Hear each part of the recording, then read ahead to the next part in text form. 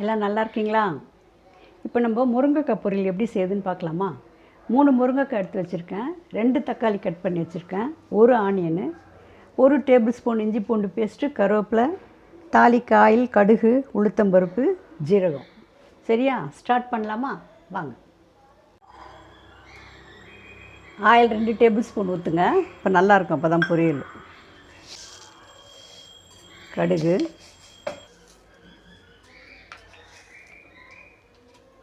ஜீரகம் கொஞ்சம் ஒரு டீஸ்பூன் போடுங்க, நல்லாயிருக்கும். உளுந்து,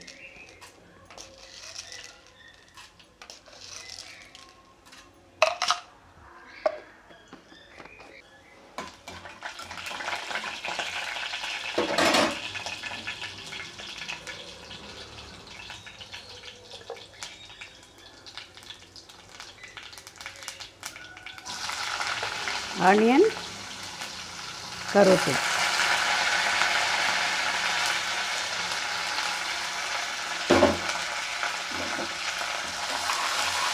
ஆனியன் நல்லா வதங்கட்டும்.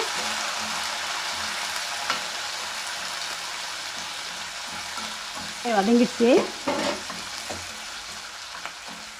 டொமேட்டோ போடலாம்.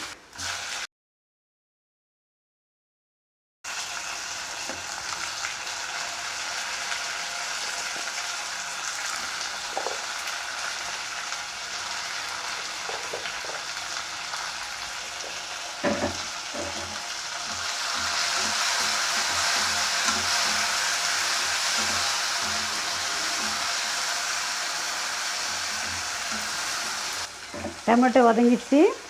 இப்போது நம்ம முருங்கைக்காய் போடலாம்.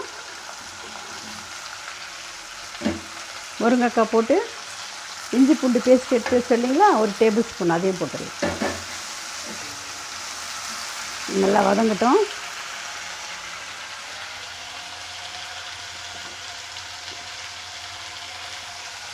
அதுக்கு தேவையான சால்ட்டு,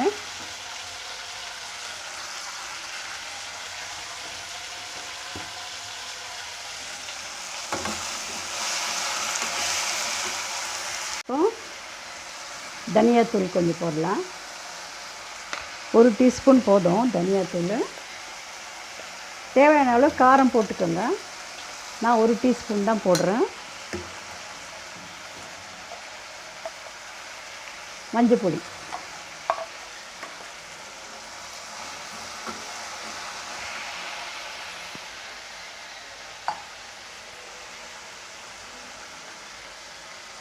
மூணுங்க எல்லாமே வதங்கிடும். அப்புறம் அது தேவையான அளவுக்கு நம்ம தண்ணி விட்டுடலாம். நான் 1 டம்ளர் தண்ணி ஊற்றிருக்கேன். ஏன்னா இந்த முருங்கைக்காய் வேகணும்ல, அதனால். நல்லா வெந்துட்டு கொஞ்சம் கிரேவி மாதிரி ஆன அப்புறம் ஆஃப் பண்ணிடலாம், மூடி வச்சிடலாம்.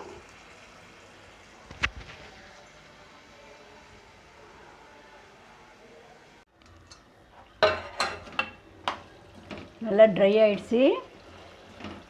அவ்வளோதான், ரெடி ஆகிடுச்சு முருங்கைக்காய் பொரியல். ரசம், ரைஸ், சாம்பார் சாதம் அதுக்கெலாம் வச்சு சாப்பிட்டா நல்லாயிருக்கும்.